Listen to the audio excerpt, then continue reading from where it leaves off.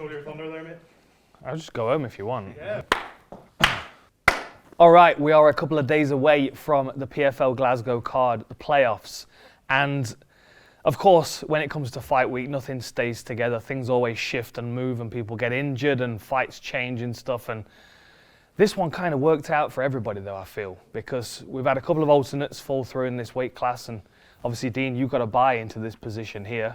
So this will be your first fight in the PFL. And you weren't in the bracket to begin with, but you had an impressive fight in Newcastle.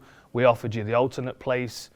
We've lost 2 alternates. Here we are now. This is the fight that everybody wanted us to make in the first place.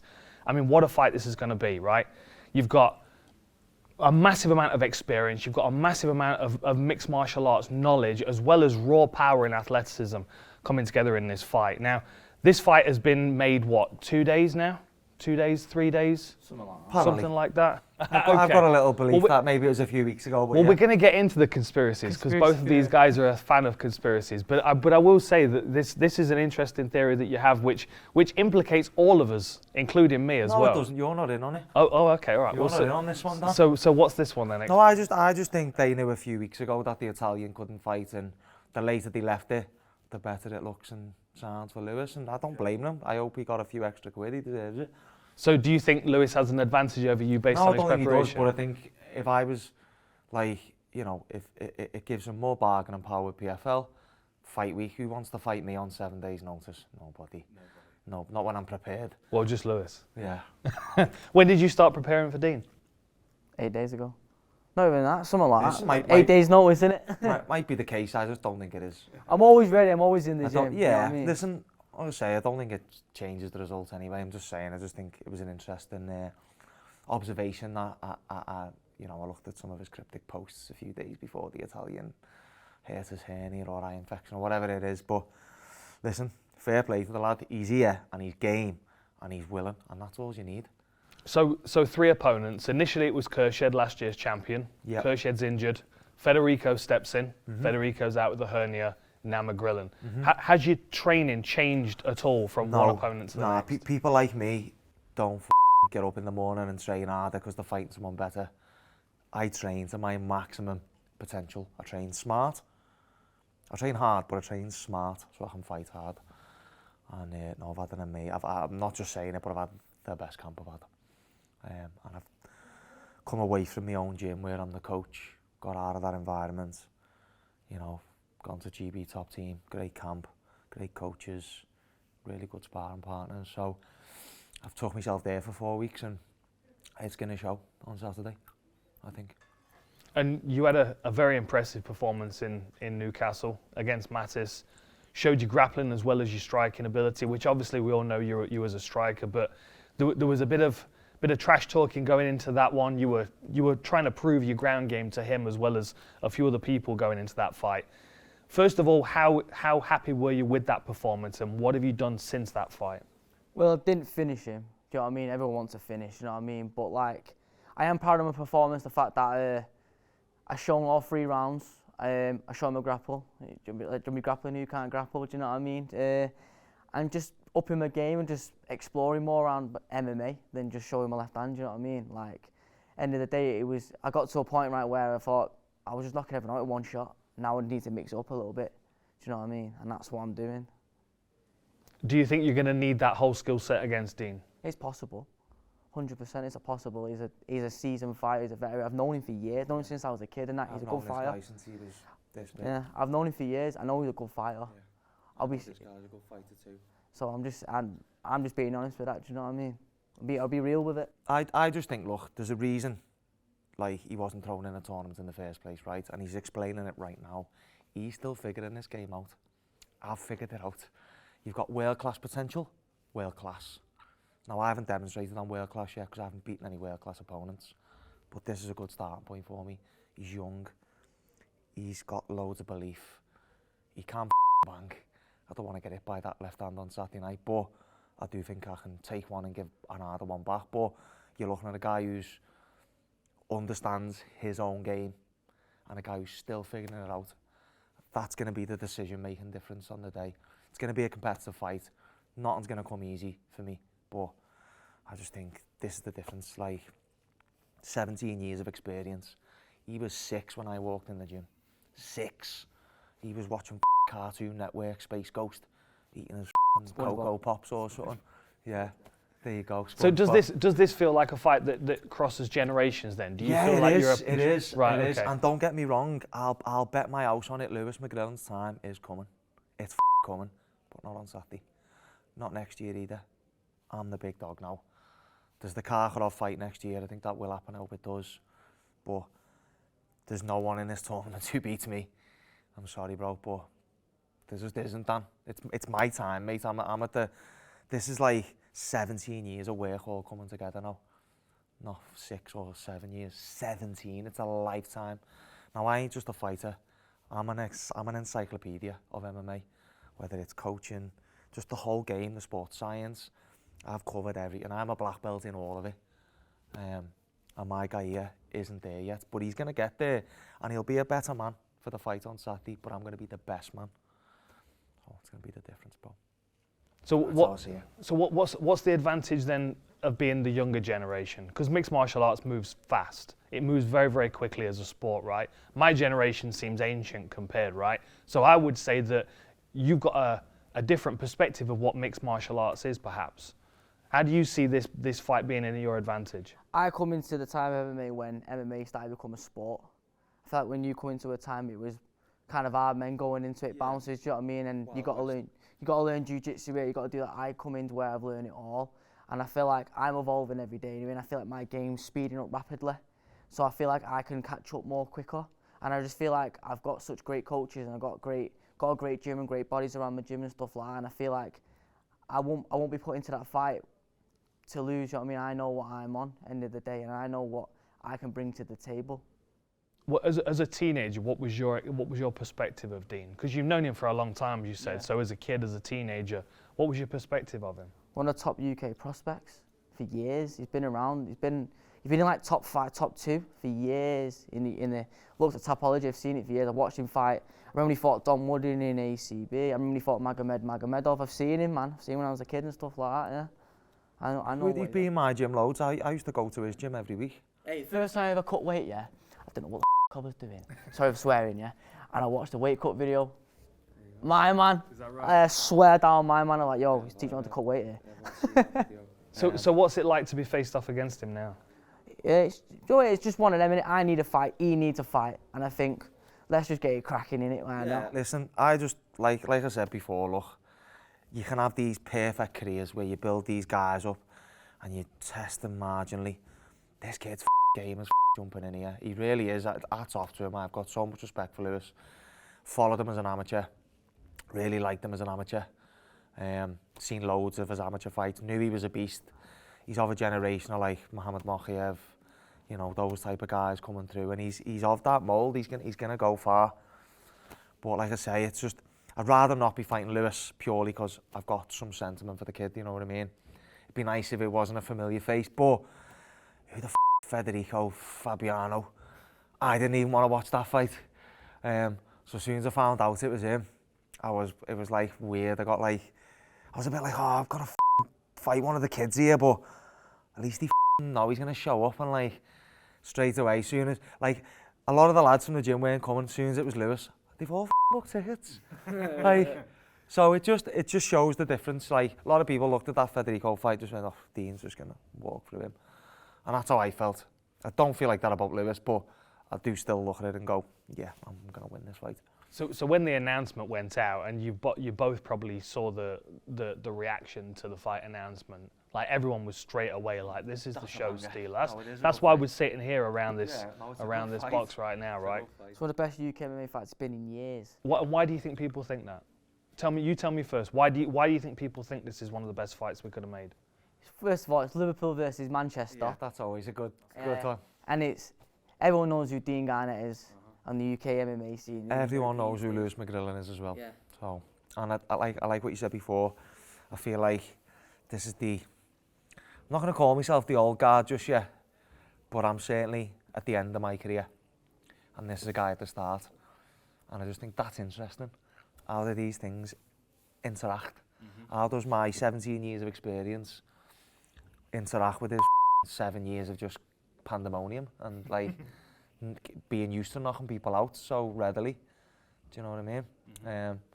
So it's interesting. It really is. I'm interested to see how it plays out myself. You know what I mean? But put your coach's hat on for a second. Yeah. What would your advice be to him ahead of this weekend? Yeah. I don't know, because I'm really being honest and tactical. I'm just thinking like, I don't know, like, hard to say, because I genuinely think 𝗘𝗨𝗥𝗢𝗣𝗘'𝗦 right now. Maybe in 2 years' time it'll be the opposite, but right now he's coming in as a striker against a guy who's got high level grappling, but who can also strike, and potentially 𝗘𝗨𝗥𝗢𝗣𝗘, and his game's knocking people out. Didn't knock Maia out, didn't knock Mattis out. They're not my level. So I'm just thinking, where does he go to win the fight? Obviously he's got to punch his chance. And if there's 100 grand up for grabs, then why not roll the dice? But he's buying a lottery ticket. I'm going to work on Saturday. I'm not gambling. So how do you make your power show through? Because you clearly got natural power, right? Yeah. Everyone knows that when they see you fight. You touch people, they fall over. The challenge is connecting on a veteran like Dean, right? So you have to be a bit more finesse with your delivery, right? Yeah, 100%. So what have you been working on then with that delivery system? Because we saw you grappling coming out of the Maia fight. You showed that against Mattis. Now it seems like you're going to need an elite level delivery system for your knockout power. Yeah. How do you see that happening? Well, the game is to touch the chin and just find it in all many ways. At the end of the day, open your game up, mix it up more, show more levels and stuff like that, and be switched on as always. Be switched on, because it only takes one, doesn't it? At the end of the day, and that's what I need to do. I know what I need to do. I feel like I said, I've got 2 or 3 years here to do something big in this game. This kid's going to come again. So if I was coaching, I'd be like, look, we're rolling the dice by taking the fight. So let's take chances. He's going to need to take chances. He's going to have to take risks. I'm not going to come lunging in or overreaching or any of those things. So he's going to have to take some risks to have any chance of winning, in my opinion. If he tries to stay safe, it's just going to be me the whole time. Might only be 1 step ahead, but it's enough to win the fight. That'll do me. I'm a type of veteran. If I'm 1 step ahead, I'll close the fight out. Don't worry about that. Did you see a difference in his game between the Maia and the Mattis Yeah, he fights? definitely, his grappling was better, obviously, weren't it? Do you know what I mean? We got to see a bit more of a rounded fighter. And like I say, these things are what you get better off. I've lost 2 fights myself. Funnily enough, he's lost to 𝗘𝗨𝗥𝗢𝗣𝗏 as well. But you do really level up when you lose a fight. It's easy when you're knocking everyone out or you're winning. You just carry on doing the same stuff, don't you? So he's definitely improved since that fight. But I still think it's not his time. It's my time. What's your response to that? It's not your time yet. He's going to say that about the winner. Right, he thinks it's his time, but in my universe, I think it's my time to show. End of the day, I feel like all things happen for a reason. End of the day, and I feel like this just fell in for me, and I just feel like it's written. End of the day, and I just feel like it's my time to just go for it. How did you fancy Dean's chances against 𝗘𝗨𝗥𝗢𝗣𝗏, last year's champion, if that fight had stayed together? 𝗘𝗨𝗥𝗢𝗣𝗏's hard. Like, he's just tough, innit? I don't even know. He's tough Tajik German. I feel like Dean will try and dog him. You know what I mean? He has that dog. You have that dog in you. Do you know what I mean? And I feel like he'll come forward and give it him and stuff like that, and like shoot in, box to wrestle, and wear him out and stuff like that. Like a Scouse Mirab, you know. That's the way to describe it. I'll take that. Scouse Mirab. Nice. So is that the right way to define your game right now, do you think? I don't know, you know, like, I wouldn't say I'm like Mirab, because you get up a lot with Mirab. His takedowns are better, but my ground game's got more to it than Mirab's, in my opinion. So, and I do quite like me boxing now, so I feel well rounded. There was a time where I was in Lewis's position, and I'm fighting strikers, and I'm taking them down, or I don't need to do that anymore. Like, I haven't really game planned for this fight or the 𝗘𝗨𝗥𝗢𝗣𝗏 fight. I'm just trying to keep it about me, keeping me shape, managing the distance, using fakes and feints, setting things up. You know, that's where my head's at. Not really on anyone else, so it hasn't mattered with all these changes of opponents. It's just been more exciting that it's Lewis, because I know he's got a profile and a following. So now it's a big fight. But in terms of like the tactical and who it is, it's just me. I'm just thinking about me. Oh, that's that. How do you describe your game? How would you describe your game? How would you write it down on the back of a postcard? Well, Keep it short. Depends what Lewis you get in really, I like to say, innit? So people think I'm aggressive, people think I'm a hunter, people say I'm a stalker where I come forward, power, do you know what I mean? How do you see yourself though? Because you post a lot of stuff. I see you on your Instagram a lot. You post a lot of warlike stuff, a lot of Marcus Aurelius, and like there's clearly a very kind of warlike mentality. But at the same time, you're sitting there, you're smiling, you're having a good time. How do you balance that character? You know, it's one of them, You innit? don't? I do in the cage. Right. That's what it is, mate. Yeah, I've got some demons, mate. Yeah. Okay. Just young, aren't I? Do you know what I mean? Yeah. So what is it about your game that's developing fastest right now? We've seen you grappling, we know you're striking. Even in my striking, I feel like I've not even got even high level in my striking yet. I've just got like a pack of punch.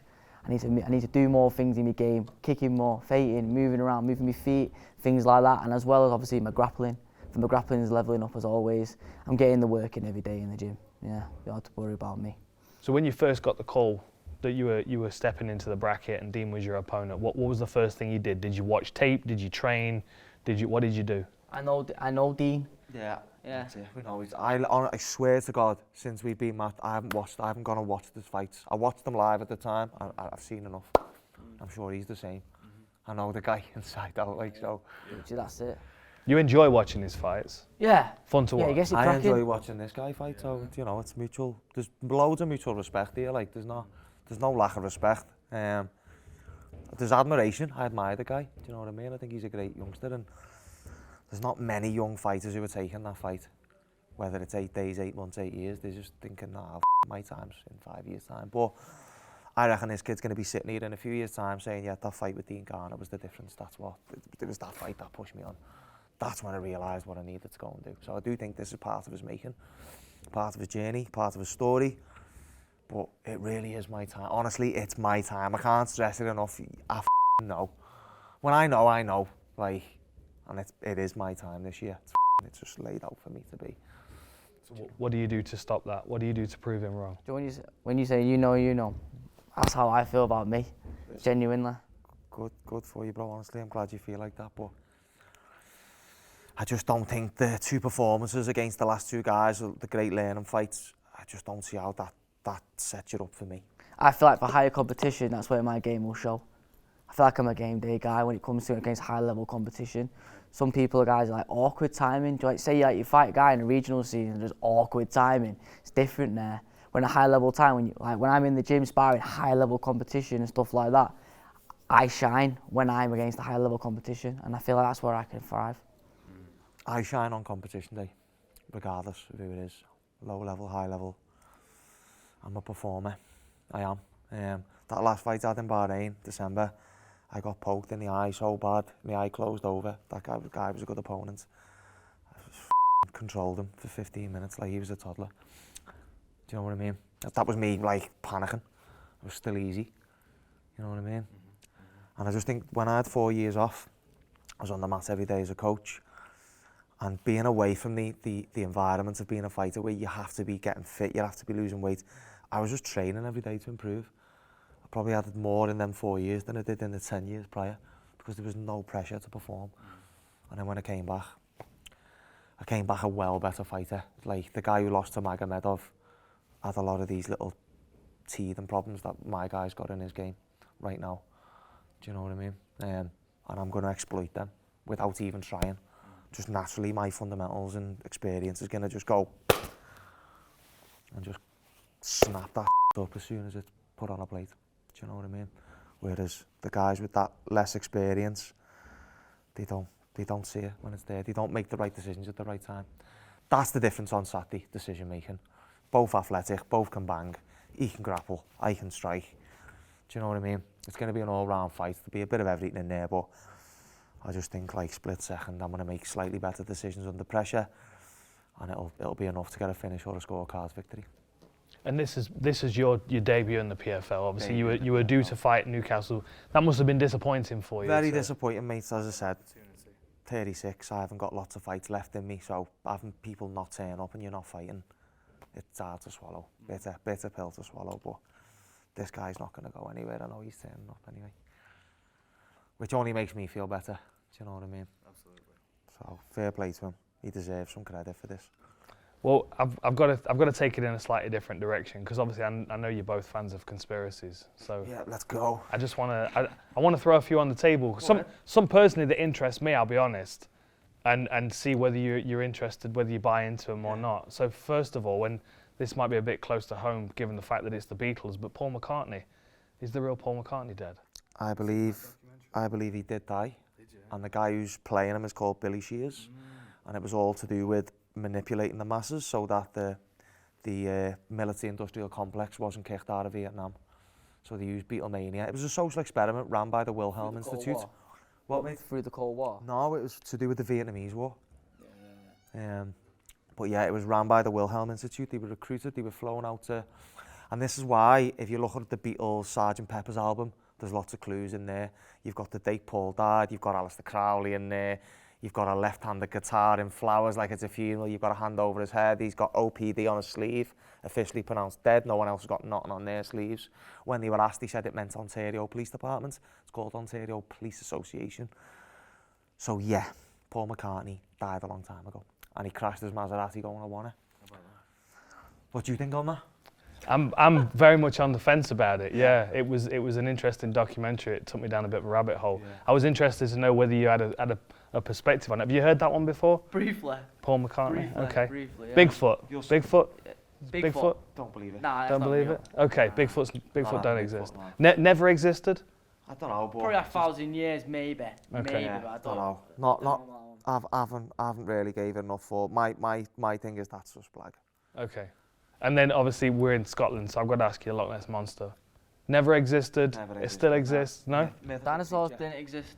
Yeah. Okay. I'm with Lewis. Okay. That's So definitely no Loch Ness Monster because there were no dinosaurs. That's a Smithsonian psyop, so you think that you're advanced, so you're an advanced space monkey. Okay. Space ain't Earth's really as gone. flat as this table.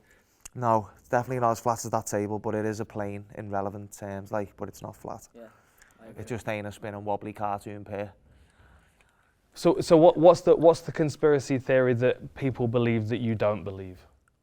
I don't know. Freemasons, are they still active? Of course they are. Yeah. What you get when you leave uni? A what? I never A graduated. degree. Okay. Okay. Who has degrees? Freemasons. Now what is a mason? What do masons work with? Stone. Stone. Okay. Now what do you get on your head when you leave university? Oh yeah. A mortarboard. Who has a mortarboard? A mason. And when we think about etymology, Dan, uni, what does uni mean? One. What does verse mean? Song. The universe is one big frequency, but universities are about controlling the narrative. That's why they're called universities, because it's about one verse, one narrative. So yeah, there you go. I've got a degree in sports coaching. Fascinating. So, yeah, This needs to I'm a become first regular. degree mason. This needs to become a podcast. I can have these conversations every week. We'll be here till tomorrow. Awesome. I'm I was well into everything ghosts and aliens when I was a kid, honestly, So was and I I. just kind of followed all the way So through was I. along. Yeah. But again, alien, it's in the language. A-L-I-A-L-I-E. It's always Saturn, Satan. Saturn is Satan, bro. That's correct. The Saturn is L-E-L. That's why they're called the elites. And that's why you read the Bible. Do you know what I mean? So L is Saturn.